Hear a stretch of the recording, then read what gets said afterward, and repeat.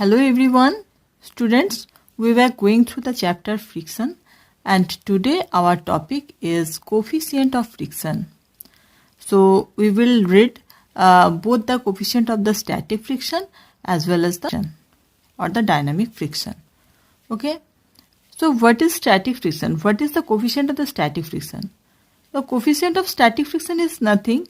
It is just only the ratio of two physical quantities. First one is what? First one is the magnitude of the maximum force of the static friction.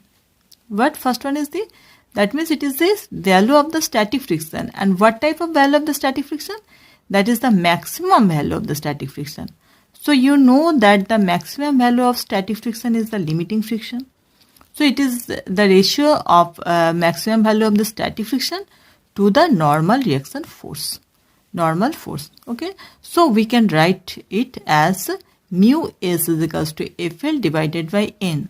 So what is mu s? Mu s is the coefficient of the friction. Static friction. Mu for the coefficient and s for the static. So mu s, we can write mu s for the coefficient of the static friction is equal to FL divided by N. Why it is written FL? Because you know that the maximum value of the static friction is known as the limiting friction.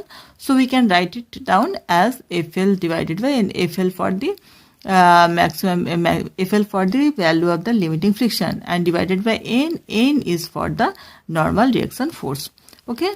So we can write in this way, that is limiting friction divided by normal reaction force.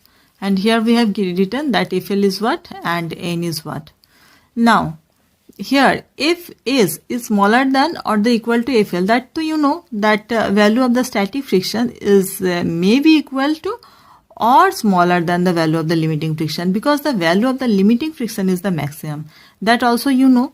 In my previous video I have explained that that in that curve I am showing you of what, that is the, in case of the kinetic friction, it is the ratio of the value of the kinetic friction to the normal reaction, the magnitude of the kinetic friction to the normal reaction force.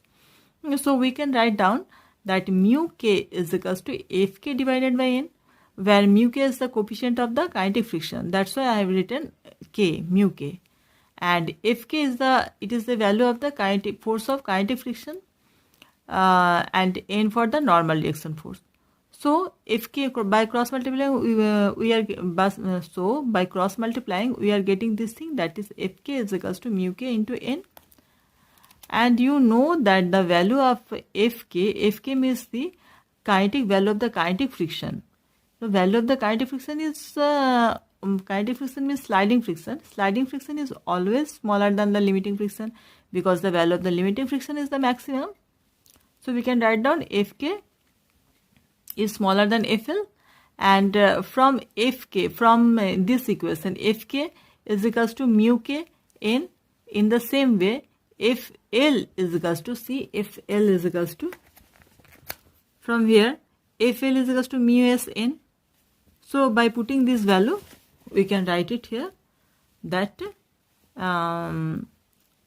FL instead of FL we can write down mu s N. Okay, and by cancelling this N we are getting mu k into mu s. So mu s and mu k are the dimensionless, since such are because since each are a ratio.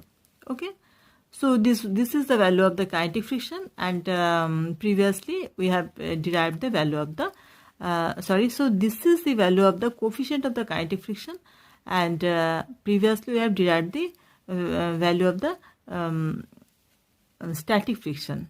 And from here you can see that the value of the kinetic friction, coefficient of the kinetic value of the coefficient of the kinetic friction is smaller than the value of the coefficient of the static friction.